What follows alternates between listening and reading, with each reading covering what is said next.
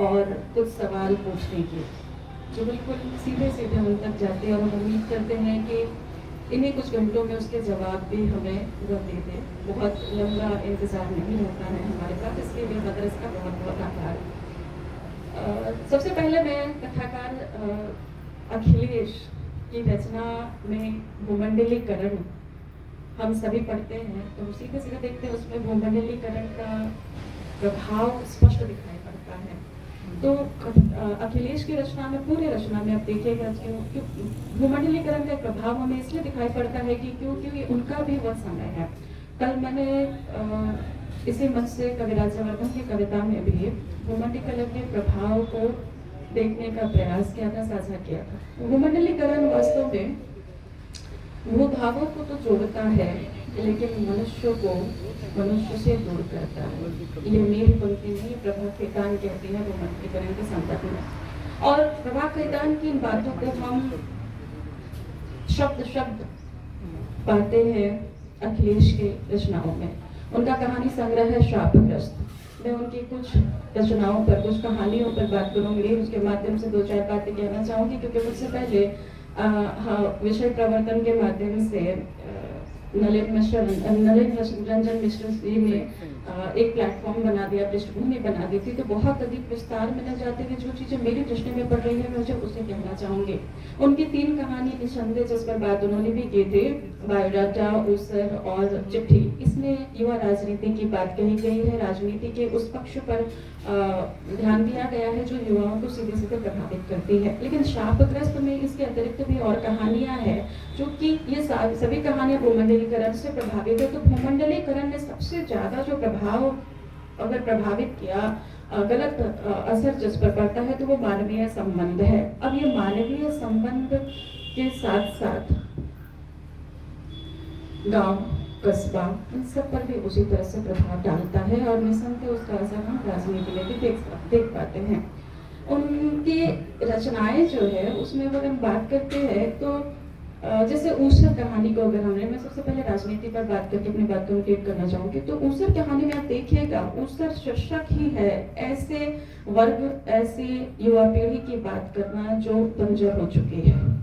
ऊसर कहानी सीधे सीधे आपको उन युवाओं को सामने रख देती है जो समाज में बंजर हो चुकी है, जिसके भीतर की संवेदनाएं कहीं उसके अवचेतन में दबी हुई है।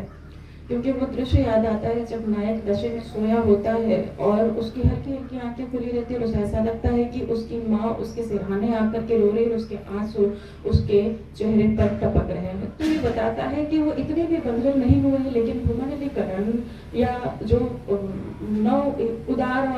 एक उदार आर्थिक नीति जो है उसने उसको बंजर बना दिया है, बिना काम का बना दिया है। उसी तरह से चिट्ठी कहानी में भी हम देखते हैं कि वहाँ पे हम देखेंगे उन युवा, ऐसे युवा जैसे ऊसर कहानी और बायोडाटा में जो राजदेव है उसके लिए तो राजनीति बिल्कुल अलग है। वो एक ऐसा दूध है जहाँ से सुख की मलाई निकाली जा सकती है। फिर हम ऊसर में भी देखते हैं कि वो कहीं ना कहीं उसे जुड़ करके राजनीति के माध्यम से अपनी किस्मत को चमकाने की बात सोचता है। लेकिन चिट्ठी में जिन युवकों की बात कही गई है, सबसे संक्रामक स्थिति में, सबसे त्रासद स्थिति में इन युवाओं को मैं देखती हूँ, क्योंकि ये युवा बेरोजगार भी है, स्वाभिमान है। ऊसर और बायोडाटा के नायकों की तरह कहीं भी वे हाथ पैर नहीं मारते हैं राजनीति के लिए, अपने आदर्शों से, अपनी नीतियों से, नैतिकताओं से समझौता नहीं करते हैं और यह वर्ग ज्यादा संतरास को झेलता है। तो चिट्ठी कहानी को तो हम उन युवाओं की पीड़ा को समझने के लिए बेहतर तरीके से देख सकते हैं। इसके अलावा आप देखिएगा जलतमरू मध्य कहानी एक बड़े फलक की कहानी है जिसमें आप देखिए दाम्पत्य संबंध, पारिवारिक संबंध, मानवीय संबंध, गांव और कस्बे, इन सब में जो परिवर्तन आ रहा है, सबसे जो मूल्यों का क्षरण हो रहा है, उन सबका चित्रण मिलता है।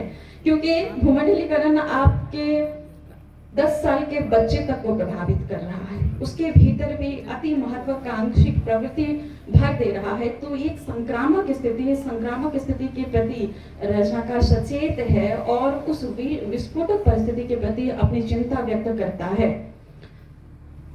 अगले शताब्दी के प्यार का रिहर्सल जिस पर अभी हम जायज गए थे, तो हमारे यहाँ समक्ष उपस्थित है शोधार्थी महिमा तो महिमा जी ने मूल्यों के, प्रेम में मूल्यों के शरण पर बात की थी, जायसी पर बात करते हुए आप देखिएगा प्रेम में जो सबसे मासूम संबंध माना जाता है, बिल्कुल निस्वार्थ, क्योंकि सारे रक्त संबंधों से हम किसी न किसी स्वार्थ से बंधे होते हैं, लेकिन ये जो प्रेम संबंध है बिल्कुल निस्वार्थ निरपेक्ष रहता है, उसके बावजूद मेरे स्वार्थ पर कैसे केंद्रित हो जाता है, इसको भी इस कहानी में दर्शाने का प्रयास किया गया है। बातें और हो सकती हैं, लेकिन मैं एक सवाल कथाकार से यहाँ रखना चाहती हूँ। जिन कहानियों को मैंने पढ़ा, अखिलेश को जितना मैंने पढ़ा, 7 कहानियां हैं, 7 कहानियों में नायक के साथ में चरित्र के रूप में स्त्रियां भी आती हैं। स्त्री चरित्रों की अगर मैं बात करूं तो बायोडाटा की सुषमा, शापग्रस्त की सरोज वर्मा, और एक नाम मैं भूल रही हूँ। तो इन कहानियों में मैंने देखा है, अगर मैं सुषमा, अब पाताल कहानी में भी एक है सावित्री, सुषमा जो है वो पाताल की है, सावित्री है शापग्रस्त की। तो इन तीनों महिलाओं को मैंने देखा है कि ये पूरी तरह से पुरुष आश्रित है।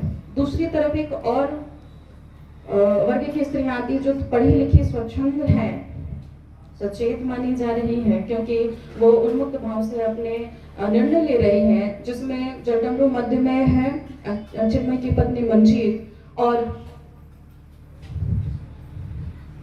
चिन्मय की पत्नी मंजीत है, और अगली शताब्दी के प्यार के रिहर्सल में दीपा। इन दोनों को मैंने देखा बहुत आत्म केंद्रित चरित्र के रूप में उभारा गया है। तो कथाकार से ये सवाल है कि क्यों इन 7 कहानियों में मैंने पाया कि स्त्री के 2 ही रूप दिखाई पड़ते हैं, या तो वो आत्म केंद्रित दुष्चरित्रा है, या दूसरी तरफ वो पुरुष पर आश्रित। ऐसा क्यों नहीं है कि उनकी रचनाओं में स्वचेता, समाज से सरोकार रखने वाली प्रबुद्ध महिलाएं आती हैं?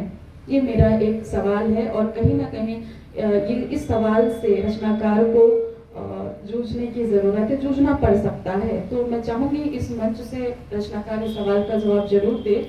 आपने सुना जितना मैं कह पाई, उसके लिए मंच का, आप दर्शकों का बहुत बहुत आभार। धन्यवाद दुर्गा जी, सबसे समय से बात अपनी पूरी करने की।